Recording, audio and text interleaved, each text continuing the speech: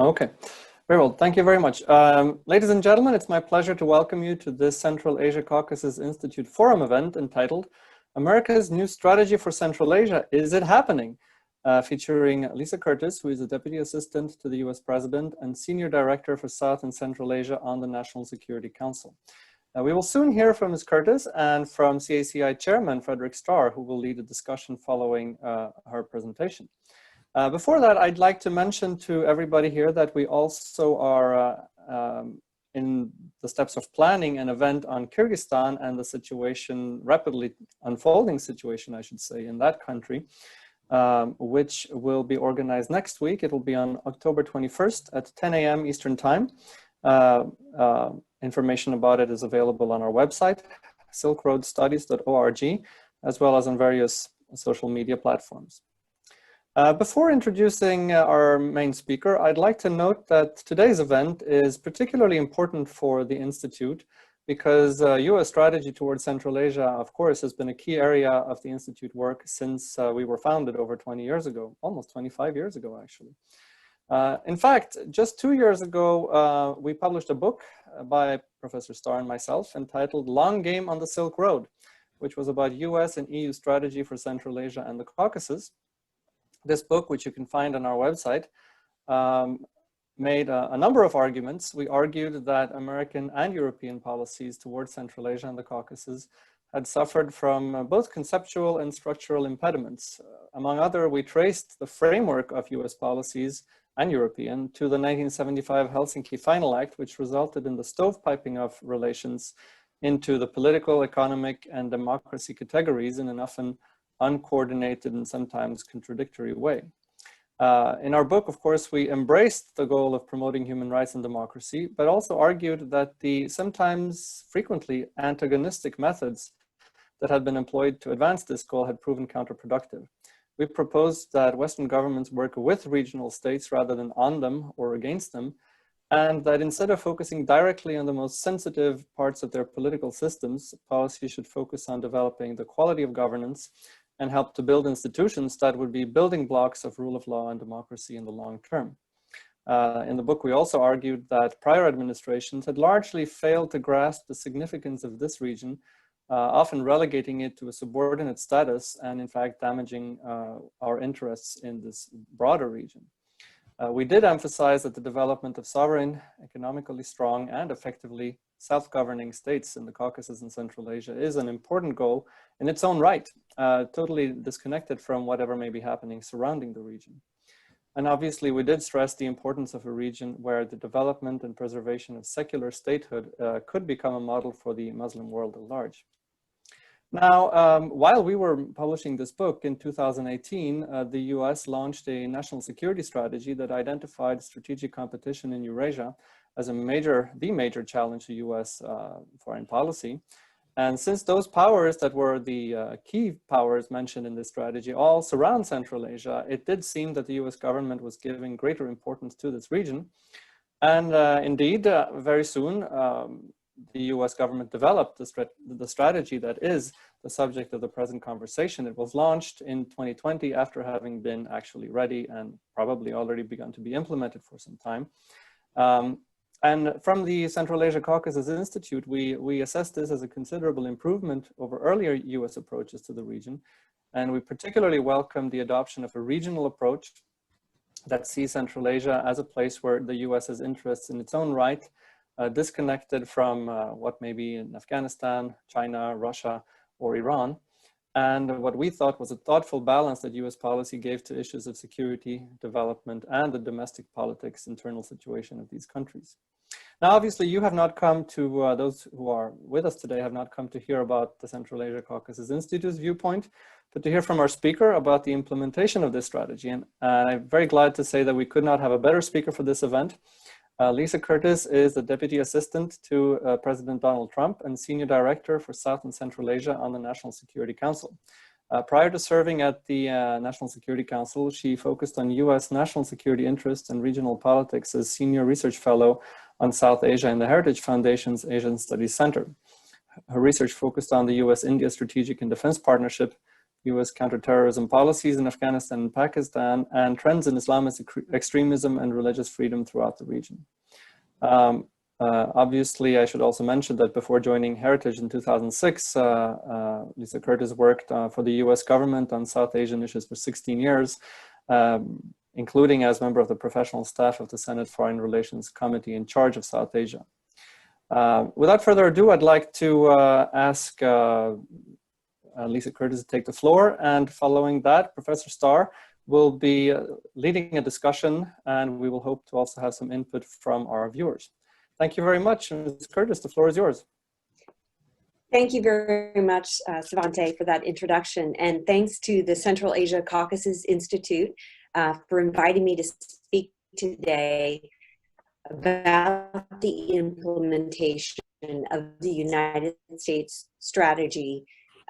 Do a special shout out to Fred Starr. Fred's leadership, enthusiasm, and vision are deeply appreciated by all those that are seeking to better understand the region and its role in U.S. foreign policy. So this past February, we announced a new strategy for Central Asia based on changes that have occurred in recent years, including leadership changes, economies that are now outwardly oriented, increasingly outwardly oriented, progress in efforts to launch Afghan peace negotiations, and of course, new dynamics regarding great power competition in the region. The strategy was actually introduced in the region by Secretary of State Pompeo on the margins of the February 3rd C5+1 ministerial, and it reflects our strong commitment to deepening cooperation with our Central Asian counterparts, both bilaterally and on a multilateral basis. Since the 5 Central Asian countries achieved their independence 29 years ago, the United States has been unwavering in its commitment to their independent sovereignty and territorial integrity. And this remains the foundation of our relationship with the region. Our strategic goal continues to be to promote and reinforce the development of a stable and secure Central Asia in which each country is capable of pursuing its own national objectives. But as I mentioned, the strategy recognizes changes and shifts that have occurred since the last U.S. strategy on Central Asia was developed in 2014. These shifts include political transitions in Uzbekistan and Kazakhstan, which have contributed to improving overall relations within the region. Today, all 5 countries are increasing cooperation and working to engage collaboratively on bilateral and regional issues in ways that we simply couldn't imagine 5 years ago. In a departure from earlier U.S. approaches, the new strategy features a longer-term and deeper commitment and a vision for strengthening engagement in the region. The strategy underscores our deep respect for Central Asian countries and their unique cultures, with a focus on deepening people-to-people connections. But it also highlights how these 5 countries contribute to U.S. foreign policy and national security goals. For the first time, the United States government has adopted a long-term policy through 2025, reflecting these historical openings and enduring opportunities for partnership. We see Central Asia as a geostrategic region of importance in its own right, separate from our involvement in neighboring countries. So in addition to supporting these countries' sovereignty and independence, our core strategic objectives include reducing terrorist threats in Central Asia, 2, encouraging greater cooperation and regional connectivity within the region, 3, expanding and maintaining support for Afghanistan, 4, promoting market-based economic reforms that increase U.S. trade and investment, and lastly, championing the rule of law and respect for human rights. So what are we actually doing to implement this strategy? Well, in terms of diplomacy, the United States has intensified our engagement. The flagship C5+1 platform has successfully brought together counterparts from the region and includes historic numbers of U.S. cabinet level engagements. We are using the C5+1 format as a valuable diplomatic vehicle to build confidence, work on areas of mutual interest, and set shared regional goals. Moreover, we have stepped up practical engagement for the C5+1 through high-level interagency working groups. These working groups are focused on security, economics, and energy and environmental issues. Now, due to COVID, we've had to hold these meetings virtually, but we've seen a lot of activity in the last 7 months. We've focused on technical discussions that look at removing roadblocks and providing practical solutions to problems. We've explored ways to improve cooperation within the region and beyond, and we seek to harmonize legislative and regulatory issues and provide U.S. technical expertise. We have also instituted 3 trilateral engagements between the U.S. and Afghanistan with Tajikistan, Uzbekistan, and Turkmenistan, respectively. And just last week, Undersecretary of State David Hale hosted a trilateral with Turkmenistan and Afghanistan, in which they discussed terrorism, transnational organized crime, counter-narcotics, and transportation connectivity. Regarding our efforts on defense and security, the threat of terrorism is not confined by borders, and combating this threat requires sustained international efforts. Multiple attacks over the past 2 years in Tajikistan, including by Islamic State-inspired groups, demonstrate this very clearly. We are deepening our cooperation on a variety of counterterrorism efforts, including forming joint anti-terrorism task forces, as well as holding workshops and training focused on countering violent extremism and combating online radicalization. We are working closely with these countries to take up the challenge of bringing back families of foreign terrorist fighters from conflict zones, including through the provision of the latest psychosocial support techniques for returning women and children. We are also working with Central Asian partners to strengthen border security and have increased an investment of over $90 million toward the effort to conduct training activities for over 2,600 border officers, and we've helped to establish 13 operational border posts across the region. An important element of our security and CT partnerships is the work we are doing to promote peace and stability in Afghanistan. The senior representative for Afghanistan Reconciliation, Ambassador Zal Khalilzad, has traveled multiple times to Central Asia over the last 2 years to consult the leaders and involve our Central Asian partners in supporting Afghan peace efforts, as well as Afghanistan's regional economic integration. In fact, just 2 weeks ago, I traveled with Ambassador Khalilzad to Dushanbe, where we met with President Rahman, Foreign Minister Aslov, GKMB Chairman General Yatimov, and Minister of Defense Mirzo. In our meetings, it was clear that the Tajik leadership is concerned about the future of Afghanistan, and they want to work closely with the U.S. to ensure Afghanistan never again returns to being a safe haven for international terrorism.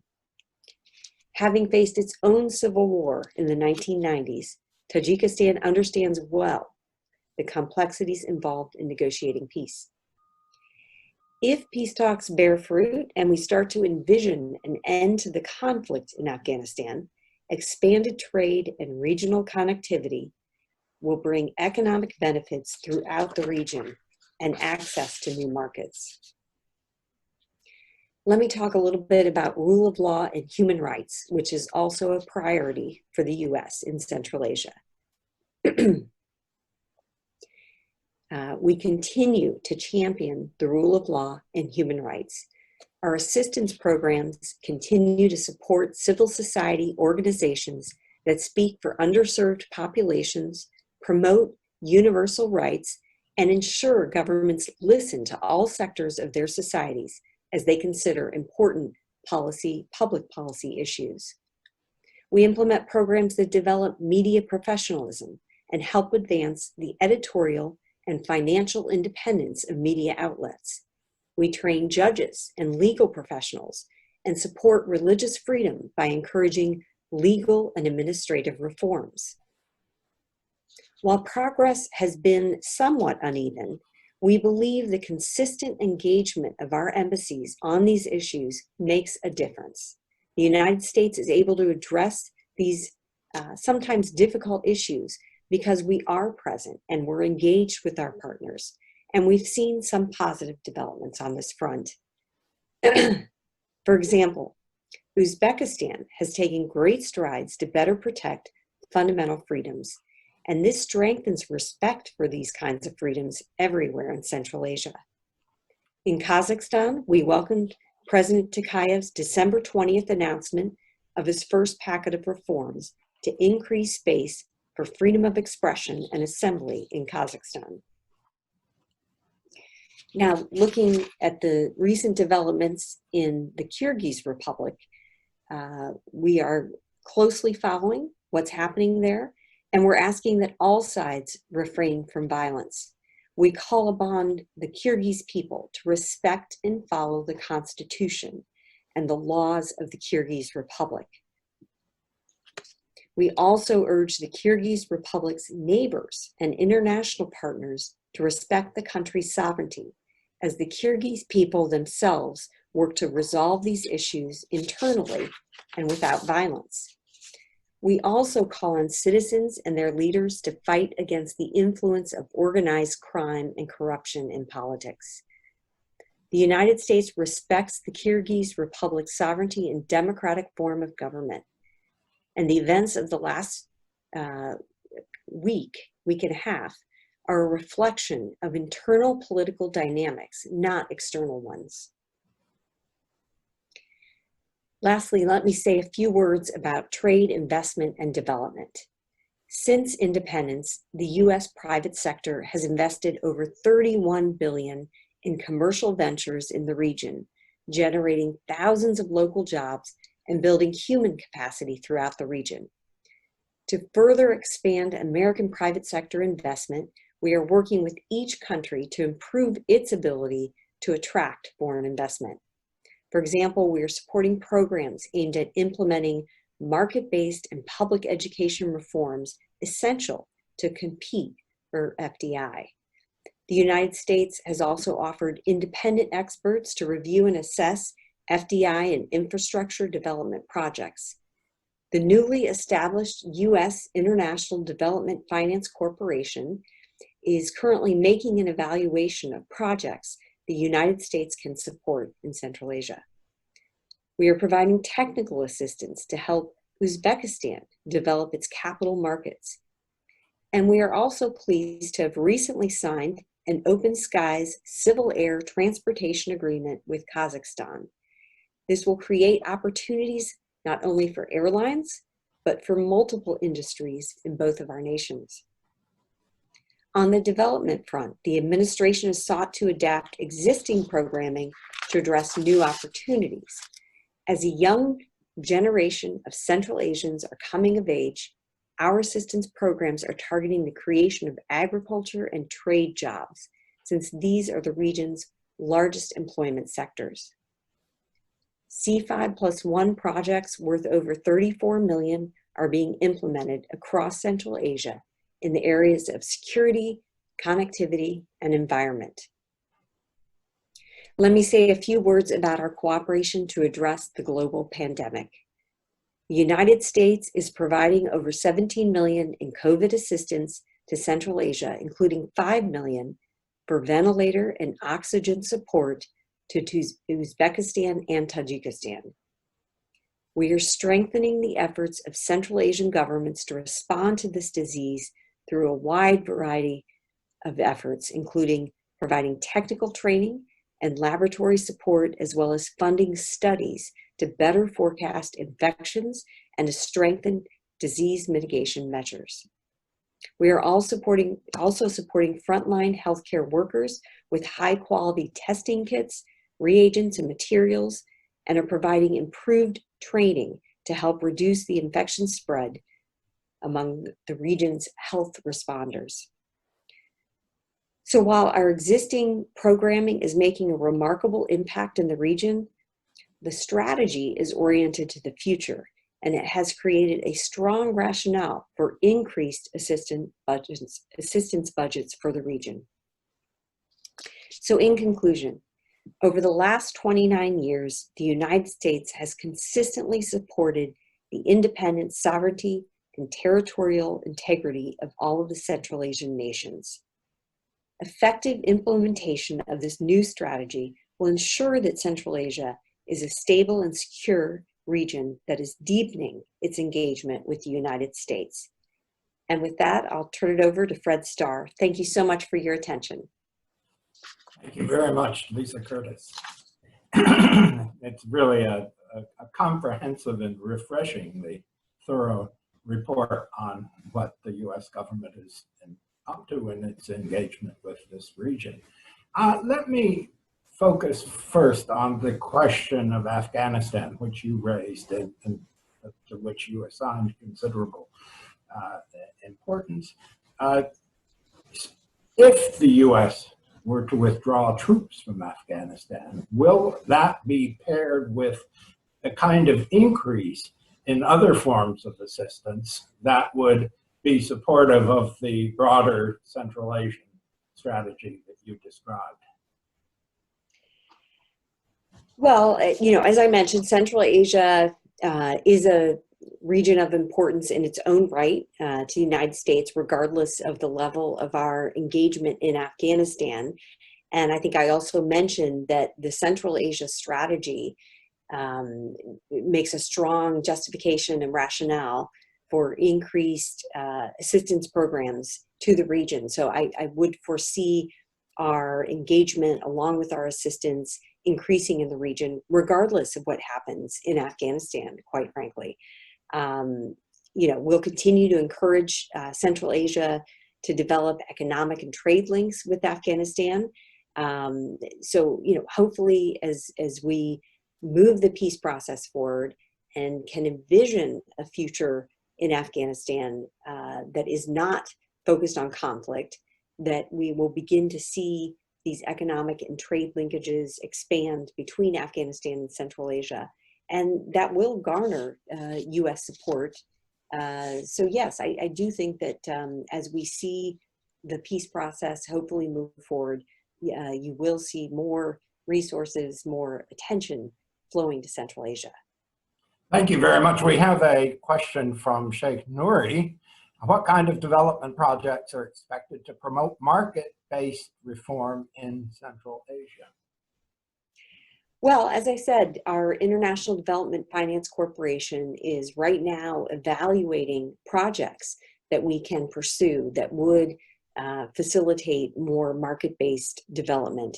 So this is something that's under consideration as we speak, and we want to do that in a way that connects the region. So our focus is on looking at regional projects, but you know, we'll also be doing bilateral projects as well. So that's one way, and you know, just continuing our robust assistance programs that look at trainings, that look at strengthening the rule of law in each country.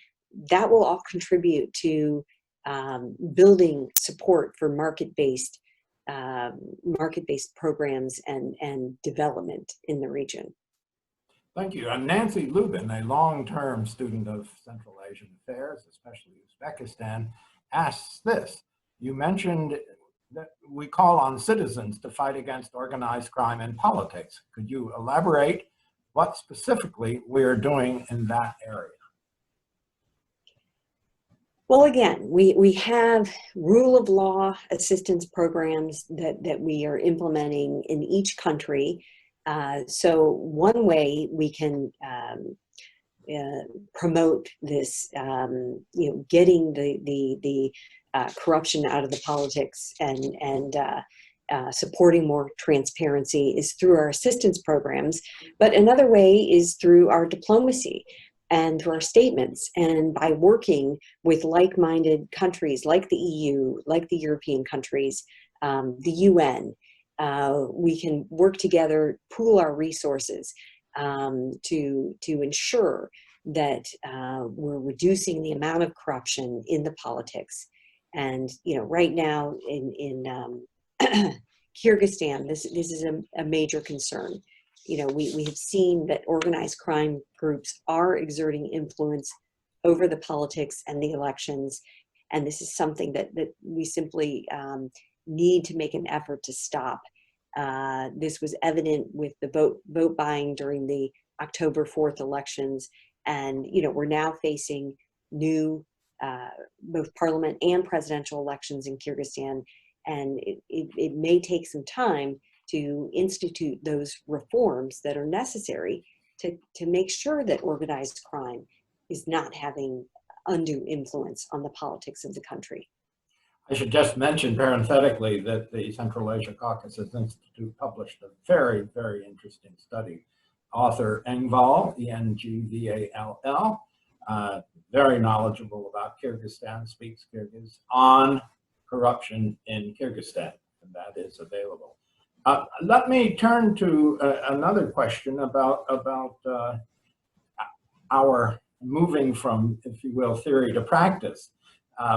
The idea of fostering communication among the countries seems to everyone very positive.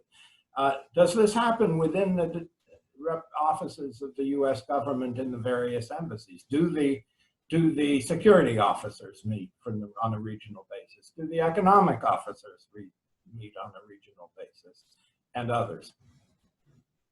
Well, I think there is constant communication among the embassy staff of each of the Central Asian countries. For instance, I was talking this morning with our ambassador in Kyrgyzstan, who had just talked to the ambassador in Tajikistan. So I think there is constant communication among our embassies in the field, as well as back in Washington. We've held an interagency process on the developments in Kyrgyzstan. So we've got all the different government agencies that are coming together on a regular basis, assessing the situation, assessing how we move forward with our assistance programs, our public statements. So yes, there's a lot of coordination within the U.S. government, both here in Washington, but also with the embassies abroad. And this is very important. A lot of the challenges that each of the countries face are similar, and also the solutions for a lot of these challenges come with regional cooperation. So it's absolutely essential that we are constantly coordinating among the different Central Asian states. Well, this is excellent, but I suppose the question is such coordination done on an ad hoc basis, issue by issue, country by country, or is there some regularized gathering, say, of the economic folks or security folks? But let's move on. We have a very interesting question from former Ambassador Richard Hoagland, who was in Tajikistan. I remember visiting him there, and then he was our ambassador in Kazakhstan. And in both places, he did just an excellent job. He asked whether our sanctions on Russia negatively affect Central Asia, and if so, what do we do about it? Well, we have regular discussions with our Central Asian partners, kind of updating them, explaining to them our various sanctions on Russia, how that could impact their companies, their officials. So we have a constant dialogue, and we're able to answer any of the questions that these countries have. So certainly it does impact certain aspects of our relationship. But I think we've done a good job in managing that, and acknowledging the economic relationships that we know these countries have with Russia. We understand that. We're realistic about that. So we really try to mitigate the impact of our sanctions on Russia on our friends in Central Asia. And we have a constant dialogue with each of the countries on these issues. We have a question from Naiba Arimova, and it is that the following: Uzbekistan has been elected to the UNHRC, Human Rights Commission. How do you see this development? Well, I think this is very positive. As I mentioned in my remarks, we have seen Uzbekistan take some important reforms, whether it be on the labor front, religious freedom. We still seek to continue these. I'm not saying, we've seen, every kind of change that we would like to, but we have certainly seen progress over the last couple of years. And I think, that was evident in the visit, President Mirziyoyev's May 2018 visit to the United States, and then the continued follow-up that flowed from that visit, the high-level exchanges and visits we've had going back and forth, and a lot of positive movement by Uzbekistan on labor, religious freedom, and other reforms. So I think, they will play a positive role with their new role on the UN Human Rights Commission. So we look forward to that. In the same spirit, we have a question about Tajikistan. President Rahmon has been elected for the next 7 years, and at the same time, the U.S. Works with him as a partner, in spite of widespread questions about his record in human rights. How does this work? Yeah, well, I think that, we were just in Tajikistan. I mentioned Ambassador Khalilzad and I, and we had a very good meeting with President Rahmon. He wants to work with the U.S. He is supportive of the Afghan peace process. We're seeking to, increase our border cooperation, our counterterrorism cooperation. But, we continue to work with the media there, encouraging independent media. When Ambassador Khalilzad was there, he actually did an interview with Radio Ozodi. So, we continue to support development of media independence and, to build up the institutions and rule of law within the country. And, we respect the results of the elections, and we look forward to continuing to work with Tajikistan. We think there is a broad scope for continuing our cooperation. For all the complexities of the situation, there are a lot of very talented people there, and it's probably wise under any circumstances to hold out an arm to them. The question of great power competition is a serious one. To what extent has the U.S. new strategy exacerbated the competition over the region that had been going on since, well, how long? Hundreds of years, but certainly since 1991, 92. Yeah, I don't think that our Central Asia strategy is exacerbating competition in the region. Russia has always had tremendous influence in the region. Nobody disputes that. China's increasing its economic linkages and influence in the region. But I think the U.S. goal is to ensure that these countries maintain their sovereignty and independence, but also have options and alternatives to be able to develop representative, transparent, law-abiding institutions to govern their societies. We want them to prosper economically and have access to transparent financing so they don't fall into debt traps, which might sacrifice their sovereignty. And I think the U.S. has a great deal to offer this region, and we want to partner with them on issues such as economic development, counterterrorism, institution building, border security, etc. And I think it would be unfortunate for their own development if misinformation or propaganda by other countries interfered with these countries' ability to partner with the United States. I think the United States has a lot to offer, and we can be a force for good and prosperity in this. How about U.S. information there?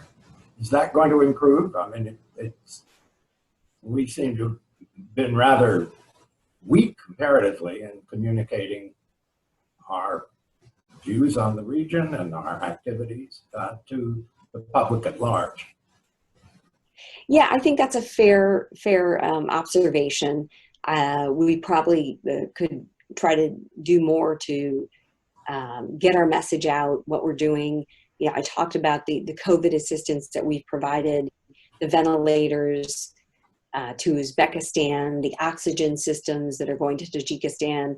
There are a lot of things that we're doing in the region, and we could probably improve our pronouncements and efforts to talk about what we're doing. So that I think that's a fair observation, and we can discuss this issue, and National Security Council discuss this issue with our foreign broadcast people. Yeah, we have a lot of communication with RFERL and their different outlets that are doing tremendous work in this region, and so we want to continue to support that, and make sure that the media is able to report on all developments, all aspects of what's happening in the region and globally. Are we doing anything to foster the development of region-wide, locally based communications, whether print or electronic? Well, I'd have to defer to the State Department on the very specific programs that we're doing. But I do know, that with the strategy, that is one of the core objectives, is to strengthen the information flow, media freedoms, the ability of journalists, editors to report what they need to report, and keeping that flow of information going. So that is a very high priority. And as I said, I know we're supporting Radio Free Europe, Radio Liberty, and all of their arms.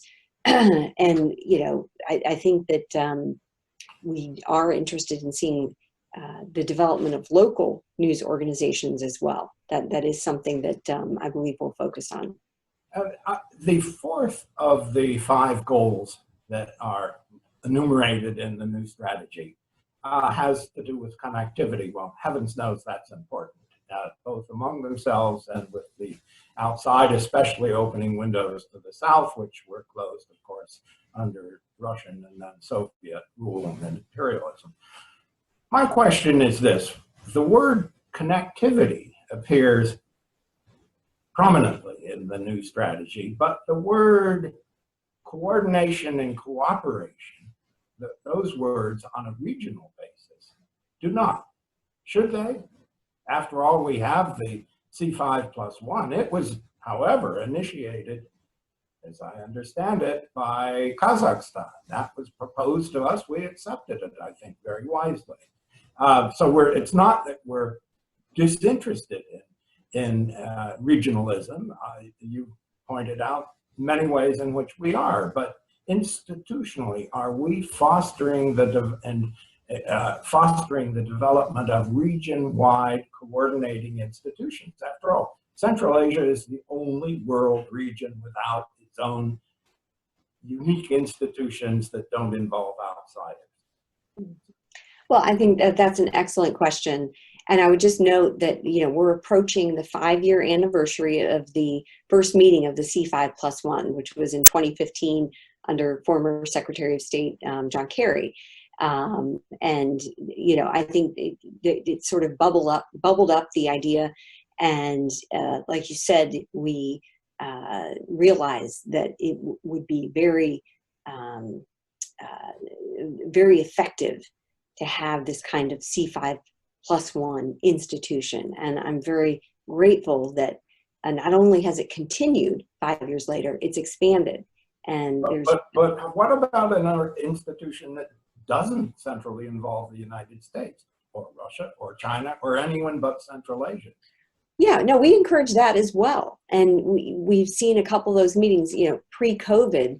I think we were seeing a steady stream of high-level meetings of the foreign ministers, the 5 foreign ministers, without U.S. involvement, or Russian or Chinese or anybody else for that matter. So we very much support that, and we encourage that.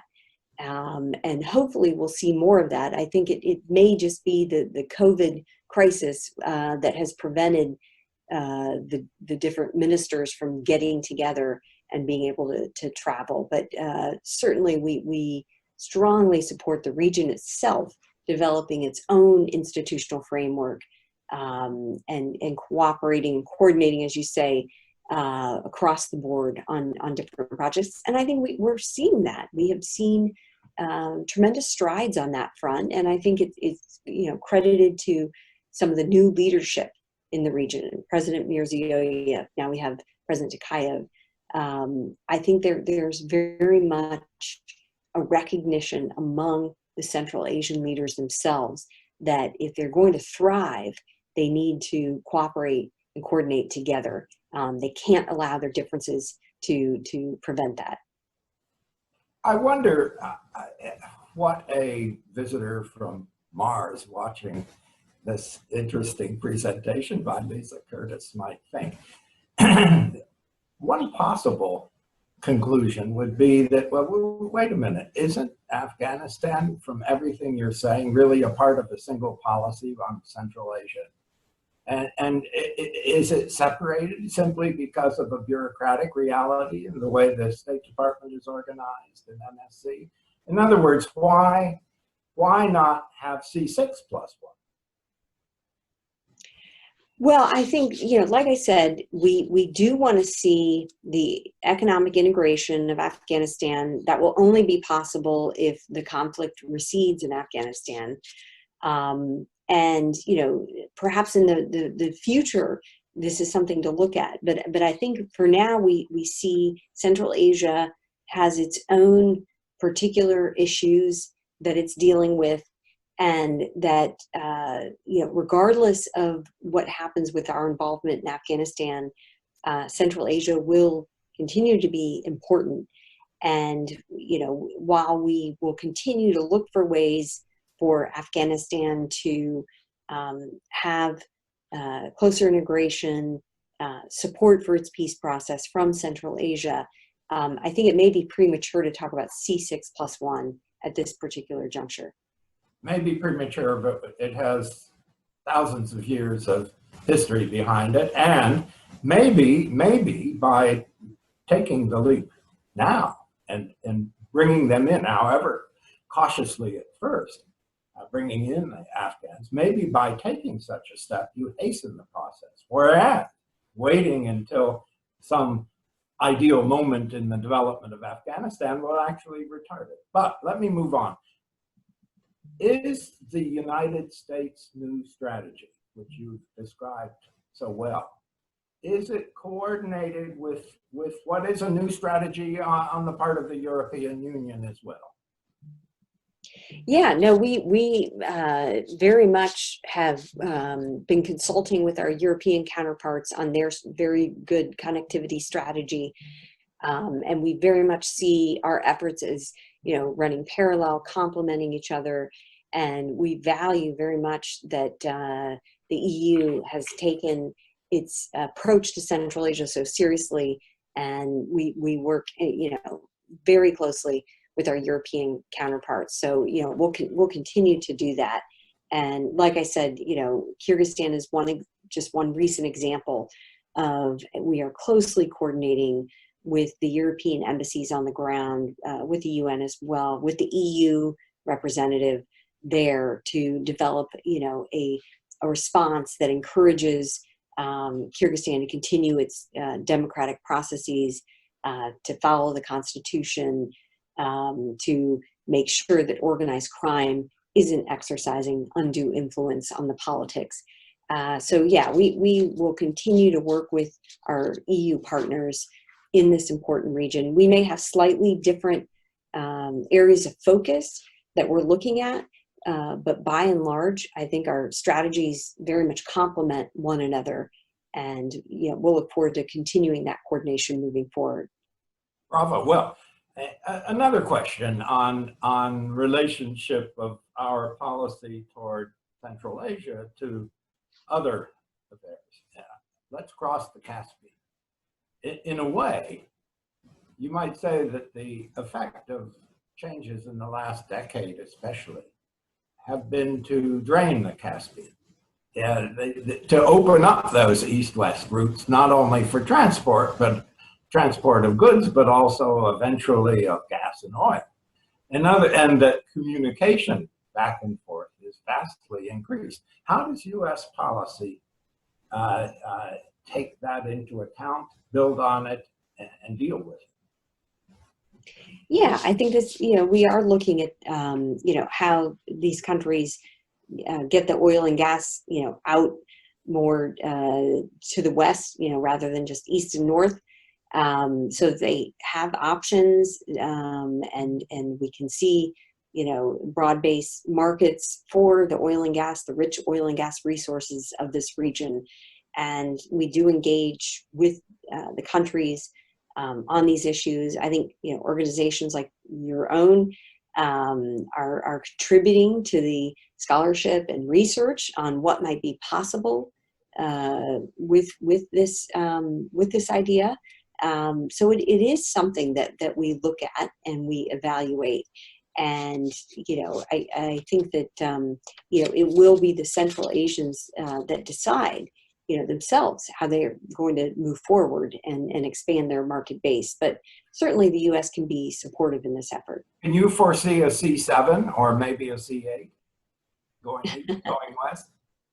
I'll leave that to you, Fred. I'll let you envision that. No, it really is a question of are we going to be the captives of old conceptions, whether it's dealing with Afghanistan or dealing with the Caucasus. These are, as you suggest, they're very complex questions. They're not going to be solved immediately, but they should be in our consciousness, certainly. It's been pointed out by Alicia Camp that Northeast Asia also is a region without its own regional mechanism. Given some of the countries involved, I suppose that's not surprising. We have another question. The dynamic changes in Uzbekistan are being noticed inside Afghanistan. Increasingly, Afghans are very curious about their northern neighbors. Basically, aside from the trilateral platform, how can the U.S. enhance this cooperation between Afghanistan and Uzbekistan? Well, great. Yeah, just to expand on that a little bit, we are seeking an Afghan-led, Afghan-owned peace and reconciliation process that would yield a negotiated settlement. We've been very clear that our desire is to reduce the American presence in Afghanistan. And, as we do that, we need the support of our Central Asian friends. 3 of the countries bordering Afghanistan, they have a role to play. So, we will continue that engagement. I'm sure you've been following. Ambassador Khalilzad has made numerous trips to the region. I mentioned that I had just been with him to Tajikistan earlier, had accompanied him to a trip to Uzbekistan and Turkmenistan. So he is certainly involving Central Asia in his Afghanistan peace efforts, and they're very happy to be involved in that process because they also care about the future of Afghanistan. They're worried, as we all are, that Afghanistan could become unstable. Not become, it already is unstable, but more so. So it's really crucial that we are working with the Central Asian states, increasing border security, talking about dealing with counterterrorism, getting their support, diplomatic support for the peace process, integrating economically, all of these things we are continuing to put a lot of effort toward. And that's one of the reasons that we have the trilateral engagements, is to keep up that effort to garner their involvement, recognizing that Afghanistan is not, it's not an island. It will impact, the future of Afghanistan will impact the rest of the region. So it's critical that we involve them now. Let me ask this. An American getting off the plane in any of the countries we're speaking about, including Afghanistan, is immediately going to be asked, well, what's the future of American investment here? This is a very hard-headed, practical issue that is high on the list of every government, every businessman in that region. What's the future, do you think, of American normal investment In Central Asia? Yeah. Yeah. Yes. Well, I think we've had a few developments, particularly in Kazakhstan. We've seen Purdue increase its investment there, and of course we have major oil and gas investments by American companies. But we need to see an expansion of this. A lot depends, of course, on what happens post-COVID. That's impacting everyone's economy right now, so that will play a role.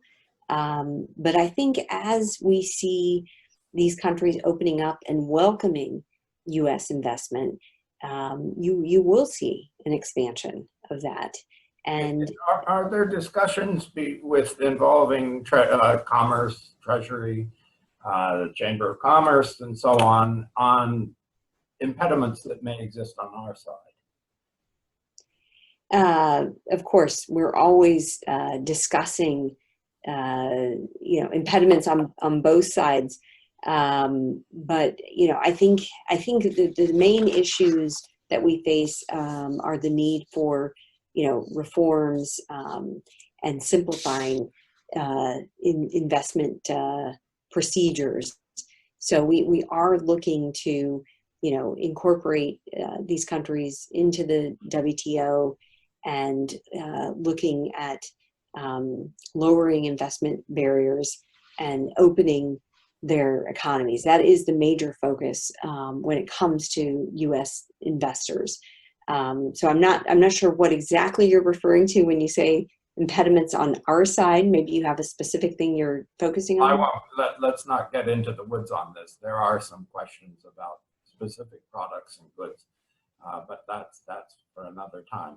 The general principle is that this has emerged, especially in the last 5 years, as an urgent issue in the minds of all Central Asians and Afghans, and for that matter in the Caucasus.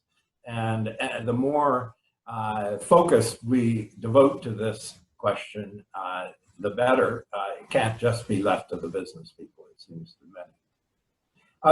Let me ask a completely different kind of question. This is a very laudable list of objectives that the new strategy fosters, and the specific steps being taken are certainly positive. One area that I haven't heard mentioned, maybe because it's taken for granted to be very significant, but I'm not sure what its institutional status is, namely education and culture. What is being done by the United States as a well-wisher, which we certainly are, to facilitate contacts between their universities, their think tanks, their publications, their cultural institutions? Or is this beyond our reach? Is this more than we should be trying to address? No, I don't think it's beyond our reach. I think it's something that's important. And, you know, I mentioned the people-to-people ties, which I think are important. So the university connections, trying to foster more cooperation among our educational institutes is something that we want to put more attention to. We probably haven't put enough attention to it in the past. What about among their educational institutions? In You other mean words, in the region? region one, yes, again, fostering regional consciousness and regional interaction and regional cooperation and coordination. Mm-hmm. Education is one of the prime areas, one would think. Yeah. No, I think that's a wonderful idea and thought, and something that we would certainly encourage moving forward. And, you know, we will look to continue visits back and forth, you know, cultural visits as well. I think we haven't really tapped the sort of rich cultural traditions and arts in the region. There's certainly more we can do to foster the sharing between our two cultures, and the individual cultures of each of the nations is something that needs probably deeper appreciation. Could we possibly be the conveners in diverse capitals of the region of university heads, key educators, think tanks, orchestras, ballet companies? In other words, so they start interacting with each other. Everyone waits for someone else to make the move. I don't have the power to do it, they say. Well, we do. We don't have to dominate it. We could just be the convener and leave the room.